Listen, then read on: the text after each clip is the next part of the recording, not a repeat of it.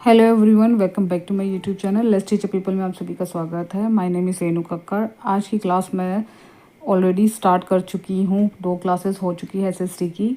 SST सीटेक paper 2 के लिए है और जितने भी बच्चे अभी तक पढ़ रहे हैं आप सभी को पता है नोटिफिकेशन जल्द ही आने वाला है। आप सभी प्रीवियस ईयर के जितने भी क्वेश्चन देख सकते हो, न्यू एनसीईआरटी बुक्स और ओल्ड एनसीईआरटी बुक्स जो 6 क्लास की है उसको दोनों को ही पढ़ना है। बाकी 7th क्लास की आपकी पुरानी है, 8th क्लास की भी पुरानी है, तो प्लीज़ प्लीज़ प्लीज़ अपनी बुक्स ज़रूर पढ़ना स्टार्ट कर दीजिए सारे सब्जेक्ट की। अगर आप नहीं पढ़ सकते तो मैं यहाँ पे पढ़ा रही हूँ चैप्टर वाइज। आज हम पढ़ने वाले हैं 3rd चैप्टर ज्योग्राफी का, पृथ्वी की गतियाँ, जो बहुत ही इंपॉर्टेंट चैप्टर है। इसके बाद ये सारे ही चैप्टर 8 तक हैं, हम सारे कंप्लीट कर लेंगे। उसके बाद हम प्रीवियस के क्वेश्चन करेंगे, इसमें से कितने कितने क्वेश्चन आप तक पूछे गए हैं। कम से कम 2 साल के पेपर आपको जरूर करने हैं ताकि आपको पता चल सके, आइडिया लग सके किस तरीके के एग्जामर क्वेश्चन पूछता है। ठीक है, क्योंकि लेवल जो है एसएसटी का वो आप होता जा रहा है, बढ़ता ही जा रहा है आगे आगे, और आप सभी को ये चीज़ का ध्यान में रखना है। स्टार्ट करते हैं सबसे पहले चैप्टर नंबर 3rd।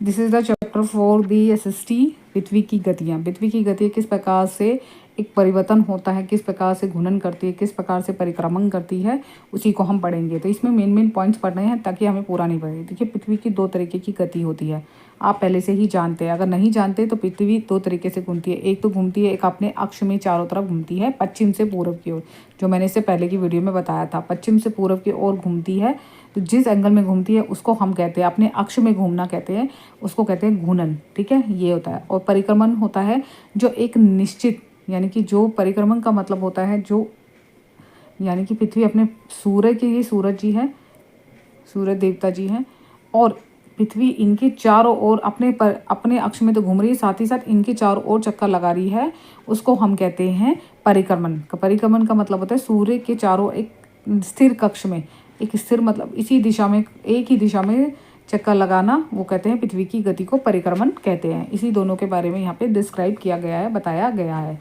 2 चीज़ मैंने बता दी, इसको ध्यान में रखना जरूर क्योंकि एग्जाम में पूछे जाते हैं क्वेश्चन। दूसरा है, आगे कह रहे हैं पृथ्वी जब अक्ष की एक कोई काल्पनिक रेखा होती है, मतलब एक जो है जिसमें अंदाजा लगाया जाता है, इसकी कक्षीय सतह से 66 डिग्री, मैंने आपको स्टार्टिंग में भी बताया था, ये पृथ्वी है। पृथ्वी में एक विषुवत रेखा है जो 0 अक्षांश पे होती है, ऊपर कर्क रेखा होती है, नीचे मकर रेखा होती है। ऊपर वाले अक्षांश पर अक्ष होते हैं, इसको हम ध्रुववृत्त भी कहते हैं या उत्तर ध्रुववृत्त कहते हैं, और नीचे वाले को दक्षिणी ध्रुववृत्त या ध्रुववृत्त कहते हैं। और इनके जो बीच का जो एंगल होता है, ये वाला जो इतना पोर्शन होता है, 23.5 डिग्री इधर होता है कर्क रेखा में, और 23.5 डिग्री मकर रेखा में होता है। ऊपर यहाँ पे मैंने आपको यहाँ पे एक रेखा खींची जाती है जिसे शीतोष भी कहते हैं, और हम यहाँ पे कहते हैं ये जो हिस्सा होता है, इसको हमने इससे पहले की क्लास में पढ़ा था, जिसको हम कहते हैं उष्ण कटिबंधीय। उसके बाद आता है शीतोष कटिबंधीय। शीतोष कटिबंधीय जो होते हैं वो 66 डिग्री का कोण बनाते हैं। तो इस चीज़ को ध्यान में रख लीजिएगा क्योंकि ये इंपॉर्टेंट है और ये क्वेश्चन में डायरेक्ट क्वेश्चन भी पूछा जाता है। आगे कह रहे हैं समतल पे कोई कक्ष द्वारा बनाया गया उसको कक्षीय समतल कहते हैं, जहाँ पे एक कक्ष है पृथ्वी पर, जिसमें किसी हर जगह एक चीज़ है, मतलब एक कक्षीय समतल का मतलब होता है एक समातल, सरल समतल मतलब समान धरातल है। पृथ्वी सूर्य से प्रकाश प्राप्त करती है, आप सभी को पता है। पृथ्वी का आकार गोला है, ऊपर से थोड़ा सा चपटा है, जिसको हम कहते हैं भू-आप। भू-आप का मतलब होता है पृथ्वी के समान का आकार।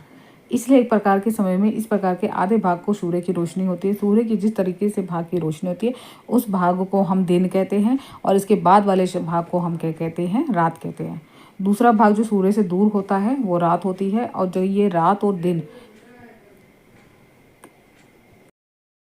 जैसा कि आप सभी को पता है कि दिन और रात का मैंने मतलब बता दिया कि किस तरीके से सूर्य की किरणें जो होती है, जिस तरीके से आधे भाग में सूर्य की किरणें पड़ती है वहाँ पे दिन होता है, और जहाँ पे आधे भाग में सूर्य की किरणें दूर होती है वहाँ पे रात होती है। तो इसी पोर्शन को कहते हैं, जब ग्लोब या पृथ्वी पर वित्त जो होता है, ये वित्त है, और सूर्य की किरणें सीधी पड़ रही है, जहाँ पे दिन और रात विभाजित होते हैं, उसको प्रदीप वित्त कहते हैं। तो इस चीज़ को ध्यान में रखना।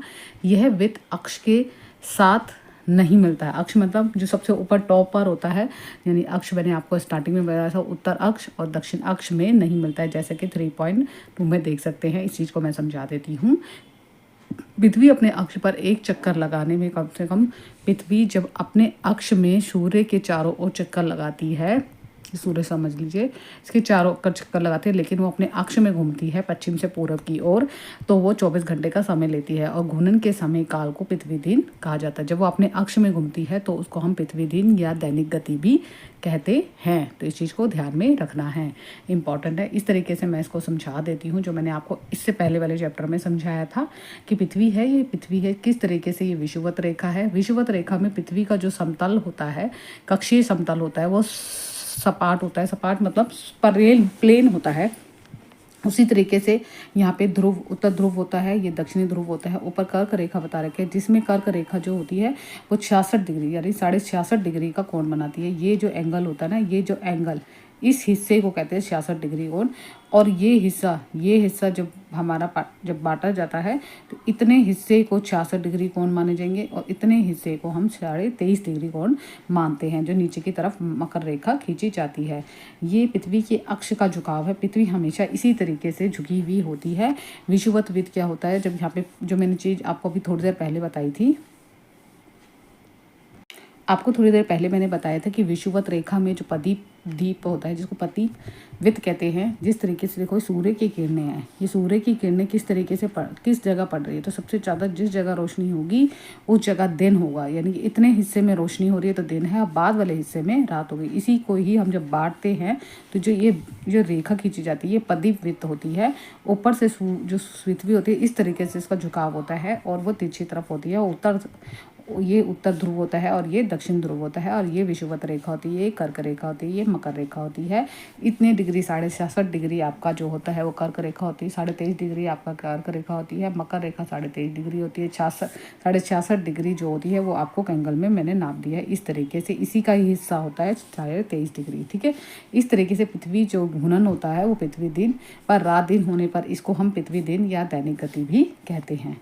ठीक है, ये इंपॉर्टेंट है। आपको प्राचीन काल में जब जानते हैं, ठीक है, जनते नहीं है, जानते हैं, प्राचीन भारतीय खगोलीय शास्त्री जो थे आर्यभट्ट थे, जिन्होंने पृथ्वी के गोल और अपने अक्ष में घूर्णन किस तरीके से अपने अक्ष में घूमती है उसके बारे में जानकारी हमें दी थी। आगे कह रहे हैं, पृथ्वी जब घूर्णन ना करे तो क्या हो जाता है, सूर्य की तरफ चारों ओर वाले, अगर पृथ्वी ना घूमे तो सूर्य क्या होता है, सूर्य की किरणें इतनी तेज होती है कि पृथ्वी पर अगर पड़ने पर क्या होगा, इतनी ज़्यादा गर्मी हो जाएगी जिससे कि हम बर्दाश्त नहीं कर पाएंगे।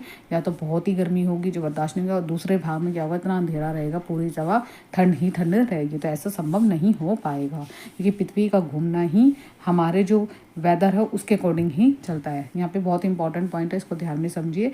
पृथ्वी की दूसरी गति जो होती है, जो सूर्य के चारों ओर चक्कर लगाती है, जिसको हम परिक्रमण कहते हैं, उसे परिक्रमण कहा जाता है। पृथ्वी एक वर्ष में 365 डेज ही चक्कर लगाती है, लेकिन इसमें 1/4 हिस्सा जो है वो काउंट नहीं किया जाता। दिन में सूर्य का ही चक्कर लगाती है इतने बजे।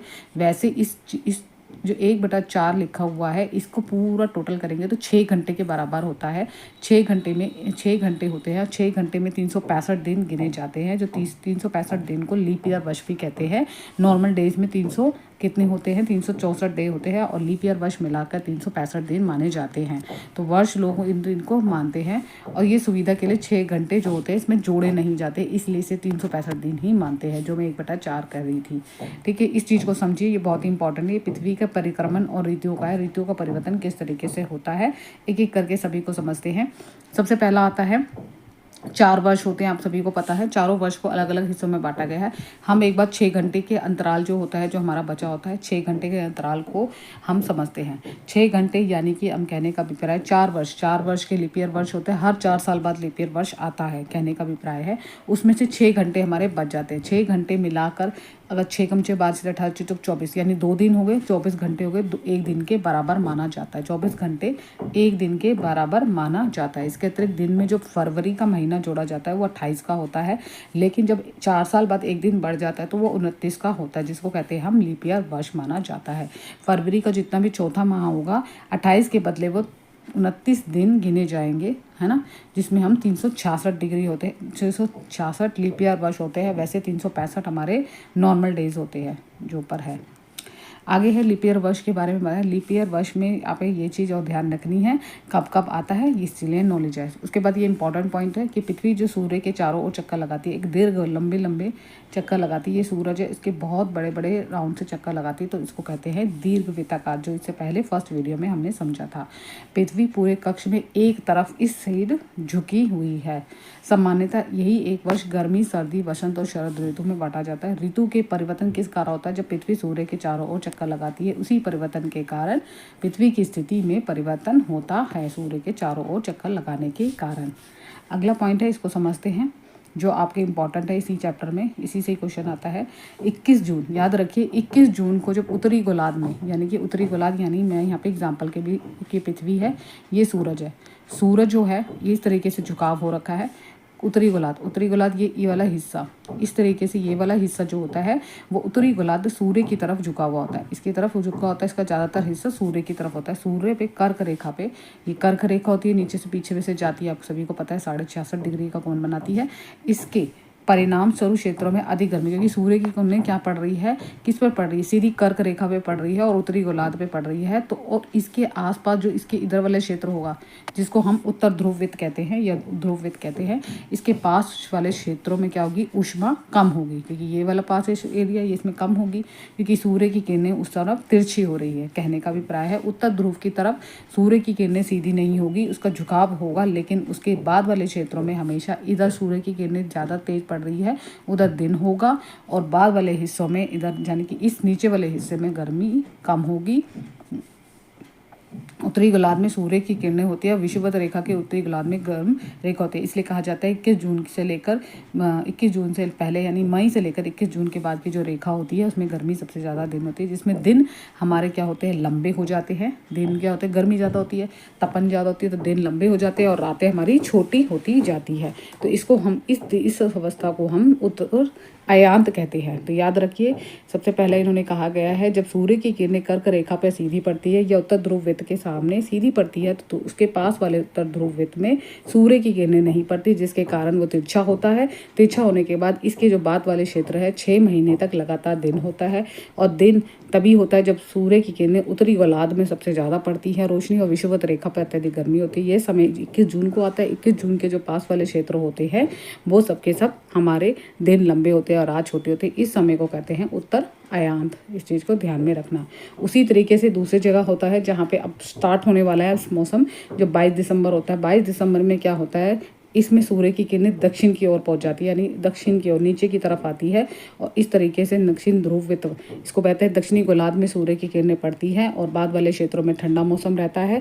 सूर्य का प्रकाश ग्रीष्म ऋतु रहती है। इस समय ठीक विपरीत उत्तरी गोलार्ध में क्या होता है, ठंडक होती है और इधर गर्मी होती है, जिसको हम कहते हैं दक्षिणी अयांत कहते हैं। यही चीज़ यहाँ पे बोल रखी है। यहाँ पे सूर्य की किरणें मकर रेखा पे सीधी पड़ती है, सूर्य की किरणें मकर रेखा पे लंबवत पड़ती है, बिल्कुल सीधी पड़ती है, जिसके कारण से यहाँ पे प्रकाश अधिक होता है। और जहाँ पे क्या हो जाता है, दिन जो होते हैं, अब यहाँ पे सीधी पड़ेगी तो दिन क्या होंगे, दिन लंबे होंगे, रात छोटी होगी। वही चीज़ है, इसको ग्रीष्म ऋतु कहेंगे। और उत्तरी गोलार्ध में इसके विपरीत होता है, जो मैंने आपको अभी ऊपर समझाया, तो इसको कहते हैं दक्षिणी अयांत। आई होप सो ये टाइम याद रखना, किस तरीके से टाइम को कैलकुलेट करना है, इसको भी ध्यान में रखना। 22 दिसंबर और 21 जून। एक होता है इम्पॉर्टेंट कि 21 मार्च से लेकर हमारे 23 सितंबर तक के बीच में जो होता है समय होता है, ये होता है पृथ्वी जो होती है सूर्य की किरणें विषुवत रेखा पे पड़ती है, यानी सेंटर में पड़ रही है, बिल्कुल सीधी पड़ रही है इस रेखा पे। विषुवत रेखा 0 अक्षांश पे होता है। इस पे कोई भी अवस्था में ध्रुव की तरफ भी झुकाव नहीं है, इधर भी झुकाव नहीं है, इधर भी झुकाव नहीं है, और दिन और रात बराबर हो जाते हैं, जिसमें ना ज़्यादा गर्मी ना ज़्यादा सर्दी, दिन और रात बराबर। इसको विषुवत वृत्त भी कहते हैं और प्रदीप वृत्त भी कहते हैं, जब ग्लोब के 2 हिस्सों में बांटा जाता है। तो ये कब का समय होता है, 21 मार्च से लेकर 23 सितंबर तक का समय होता है, जिसमें हमें बताया गया है। एक ये इंपॉर्टेंट पॉइंट है, इसको ध्यान में रख लेना। यही चीज़ है, 23 सितंबर से लेकर 23 सितंबर तक सूर्य की जो पृथ्वी पर सूर्य की किरणें हैं, ये सूरज है, सूरज की किरणें जो है वो पृथ्वी पर उत्तरी गोलार्ध पे लगेगी, तो इस जगह सूर्य की किरणें होगी तो शरद ऋतु होगी, जबकि दक्षिणी गोलार्ध में क्या होगी, वसंत ऋतु होगी 23 सितंबर को। यही टाइम 21 मार्च की स्थिति में विपरीत होता है। विपरीत कहने का मतलब है उत्तरी गोलार्ध में क्या होगी, वसंत ऋतु, उत्तरी गोलार्ध में वसंत ऋतु और दक्षिणी गोलार्ध में शरद ऋतु। इस चीज़ को समझ लेते हैं, दोबारा समझा देती हूँ। उल्टा होगा, अपोजिट। अगर ये 23 सितंबर के बाद की बात करें तो 23 सितंबर को क्या होता है, मैं पिक्चर में आपको समझा देती हूँ। 23 सितंबर को सूर्य की किरणें हैं। सूर्य की किरणें पृथ्वी पर कहाँ पड़ेगी, उत्तरी गोलार्ध में पड़ेगी। अगर उत्तरी ऊपर की तरफ पड़ती है सूर्य की किरणें तो ये होगा शरद ऋतु होगी, जबकि नीचे की तरफ होगा, क्या होगा, दक्षिणी गोलार्ध में वसंत ऋतु। उल्टा जब 21 मार्च को विपरीत दिशा में होगी, उत्तरी गोलार्ध में होगा हमारा वसंत ऋतु और दक्षिणी गोलार्ध में आपका शरद ऋतु होगी। इस प्रकार पृथ्वी के घूर्णन और परिक्रमण के कारण ही दिन रात बराबर होते हैं और ऋतुओं में परिवर्तन होता है। इस चैप्टर में इतना ही है, इसी को ही कंसेप्ट को समझना है।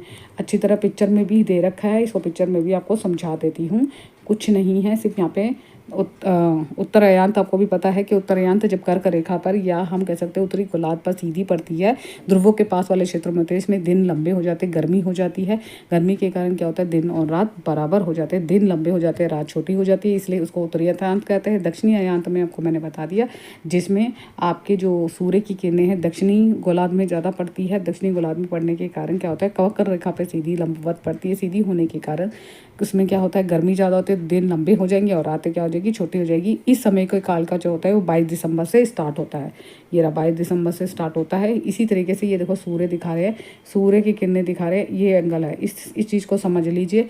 यही है, यहाँ पे किस तरफ पड़ रही है, दक्षिणी गोलार्ध में पड़ रही है, दक्षिणी गोलार्ध में पड़ रही है।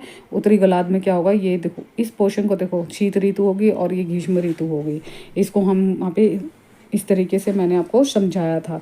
उसके बाद है हमारा उत्तरायण, 21 जून को होता है। 21 जून को हमारा उत्तरी अयांत होता है। उत्तरी ग्रीष्म तरह सूर्य की किरणें किस तरीके से पड़ रही है, उत्तरी गोलार्ध में पड़ रही है, तो उत्तरी गोलार्ध में जितना पड़ेगी उधर गर्मी ज़्यादा होगी और दक्षिणी गोलार्ध में ठंडक होगी, तो इसलिए शीत ऋतु होगी, उधर ग्रीष्म ऋतु होगी 21 जून को। उसके बाद है ये वसंत ऋतु, और उसका क्या खेल है, 23 सितंबर को क्या होता है, सूर्य की किरणें नीचे की तरफ पड़ रही है, यानी कि ध्रुवों के पास वाले क्षेत्रों में पड़ रही है। विषुवत रेखा के दिन और रात बराबर होते हैं। इसमें उत्तरी गोलार्ध में क्या होगा, गर्मी होगी, तो शरद ऋतु होगी। नीचे दक्षिणी गोलार्ध में वसंत ऋतु होगी। 23 सितंबर 21 मार्च को क्या होता है, उत्तरी ध्रुव में सूर्य की किरणें पड़ती हैं और सूर्य की किरणें उत्तरी ध्रुव में पड़ती है। ध्रुव के बाद यहाँ पे क्या होता है, वसंत ऋतु होती है और नीचे की तरफ क्या होता है, शरद ऋतु होती है। यही इस चैप्टर में यही सब है, इसी को ही समझना है। और बाकी इसमें नहीं है कि पृथ्वी के परिक्रमण और ऋतुओं के कारण ही दिन और रात बराबर होते हैं। कौन कौन सी होती है, इसमें 4 चीज़ें बताई गई है। 22 दिसंबर का याद रखना है, दक्षिणी अयांत होता है। 21 जून होता है हमारा उत्तरायंत होता है। फिर विषुवत रेखा में वसंत ऋतु होती है और फिर शरद ऋतु होती है। उत्तरी गोलार्ध में जब हमारी शरद ऋतु होगी तो दक्षिणी गोलार्ध में वसंत ऋतु हो गई। तो ये चैप्टर में इतना ही है। आई होप से ये चैप्टर आपको क्लियर हो गया होगा, समझ में आ गया हो। जो भी कोई भी डाउट हो तो कमेंट्स बॉक्स में कमेंट्स करना। मैं एक एक करके एसएसटी के सारे चैप्टर, प्रीवियस ईयर की जो बुक है ओल्ड एनसीईआरटी पढ़ा रही हूँ। न्यू एनसीईआरटी भी जल्दी शो करूँगी क्योंकि 6 क्लास की है। जैसे ही नोटिफिकेशन आएगा उसको भी स्टार्ट कर दूँगी। Thank you so much, have a nice day, bye bye, take care.